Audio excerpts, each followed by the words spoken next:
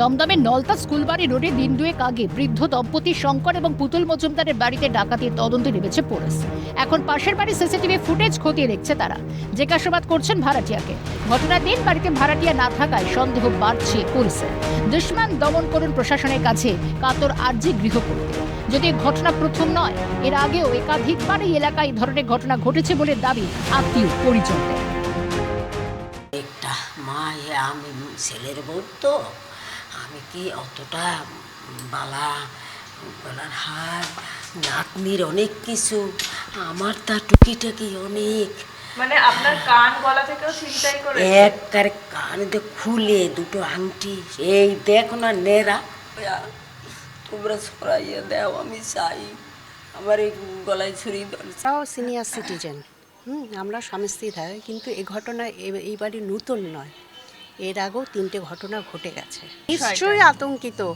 আমরা বলতে চাই যে আমাদের যে 7 নম্বর ওয়ার্ডের কাউন্সিলর আর দমদম থানার ইনচার্জ যে রয়েছে, তারা যেন বিষয়টাকে ভালোভাবে দেখে।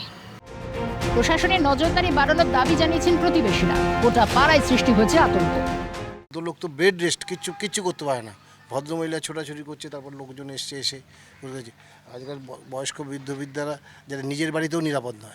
সরকারের একটা আলাদা চিন্তা ভাবনা করতে হবে, এদেরকে কিভাবে মানে সুস্থ রাখা যায়। এলাকায় অসামাজিক কাজকর্ম চলে বলে দীর্ঘদিন অভিযোগ করছেন বাসিন্দারা। এলাকারই দুষ্কৃতীদের মদতেই কাজ হতে পারে বলে অনুমান স্থানীয়দের।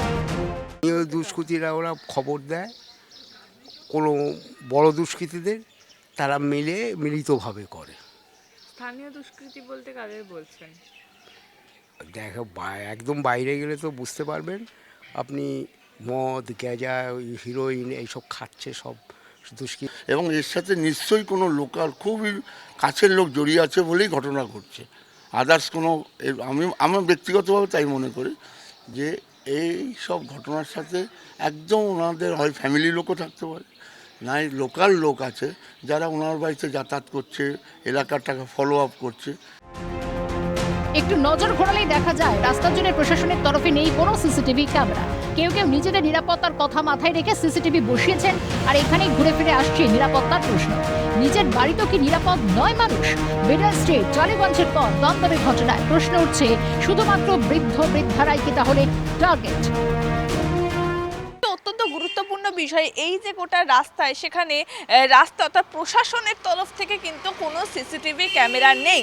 যে সিসিটিভি ফুটেজ সংগ্রহ করা হয়েছে তা কিন্তু পাশের ফ্ল্যাটের যে সিসিটিভি ক্যামেরা রয়েছে, আমার চিত্র সাংবাদিককে বলবো একটু দেখানোর জন্য, সেই সিসিটিভি ক্যামেরা থেকে সিসিটিভি ফুটেজ সংগ্রহ করা হয়েছে। ক্যামেরা নিখিল দাসের সঙ্গে মেঘা রায় রিপোর্ট, কালকাটা নিউজ।